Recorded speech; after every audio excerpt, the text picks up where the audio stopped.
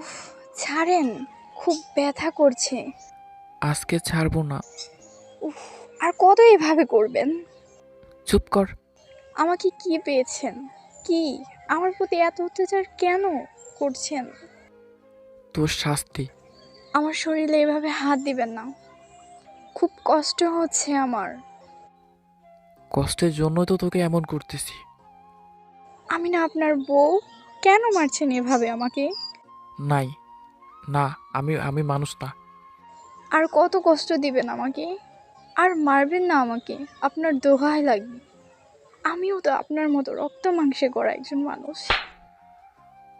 দেখ শালি, একদম চুপ, একদম চিৎকার করবি না, বলে দিলাম। বেশি আওয়াজ করবি, একেবারে চিরতরে মুখ বন্ধ করে দিব। আমার কি দোষ বলেন?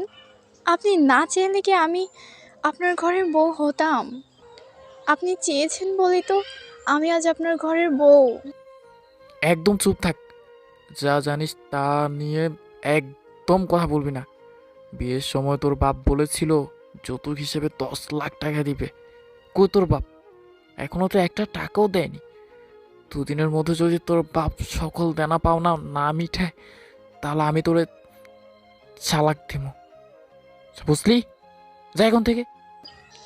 আমার বাবা এত টাকা কোথায় পাবে বলেন?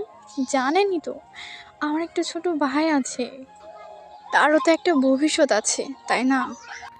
চুপ কর, চুপ কর শালি। তোদের এইসব ন্যাকা কান্না একদম পছন্দ না। প্লিজ, আমাকে আর মারবেন না, আমার অনেক কষ্ট হচ্ছে। এই বলে শ্রাবণ তার স্ত্রী সামিরার গায়ে বেদমভাবে হাত তুলতে থাকে। এক পর্যায়ে সামিরা কষ্ট সহ্য না করতে পেরে সেখানেই মারা যায়। তখন শ্রাবণ অনেকটাই ঘাবড়ে যায়।